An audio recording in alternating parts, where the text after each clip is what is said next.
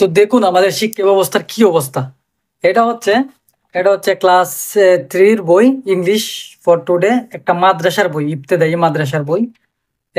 এই বইয়ের মধ্যে দেখেন এই যে শেখ মুজিবের ছবি দেওয়া, মানে এখানে লেখা আছে যে শেখ মুজিবের ছবিটাকে মানে কালার করো,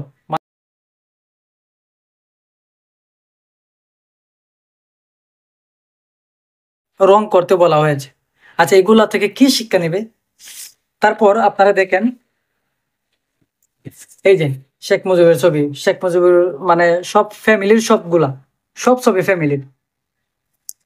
এদিকে দেখেন এই যে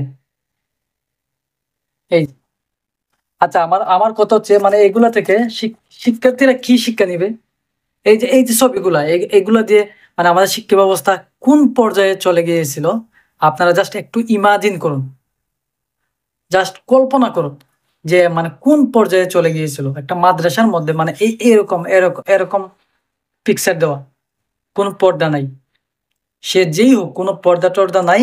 আর এগুলা আচ্ছা, এই যে একটা রাজনৈতিক রাজনৈতিক যে বিষয়গুলা বা রাজনৈতিক ফ্যামিলির ছবি, এইগুলা দিয়ে কি কোনো শিক্ষার্থীরা কোনো কিছু শিখতে পারবে? বা একটা মাদ্রাসার মধ্যে এরকম মানে এরকম ছবি আপনারা সরকার মানে যে কেউ সরকারে আসার পরই যে এরকম শিক্ষা ব্যবস্থার মধ্যে এরকম সব ছবি দেওয়া, ফ্যামিলির সবকিছু দেওয়া, কেন? কোন পর্যায়ে শিক্ষা ব্যবস্থা গেলে এরকম করা হয়? আপনারা এই জাস্ট থিঙ্ক করুন।